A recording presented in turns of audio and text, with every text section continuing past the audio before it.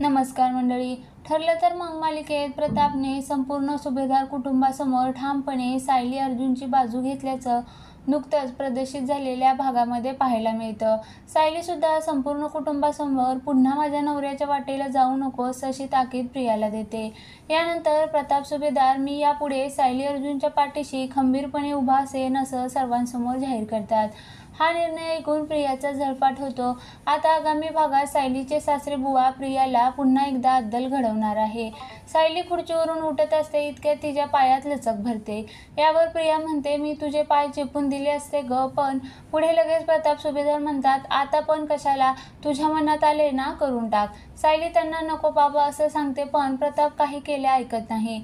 तन्वी आज तुझे काही करून पाय चेपून देणार, एवढं तरी पुण्य तिच्या पत्रात पडू दे असं ते म्हणतात. आता प्रियाकडे काहीच पर्याय नसतो. ती खाली बसून सायलीचे पाय चेपून देते. प्रताप सर्वांसमोर प्रियाची चांगलीच गोंडी करतात. तिला सायलीची सेवा करायची अजिबात इच्छा नसते, पण आता काही करून तिला सासरेबुवांनी सांगितलेलं काम ऐकावं लागणार असतं. मालिकेदरम्यान ठरलं तर मग मालिकेचा हा विशेष भाग 30 मेला प्रसारित केला जाणार आहे.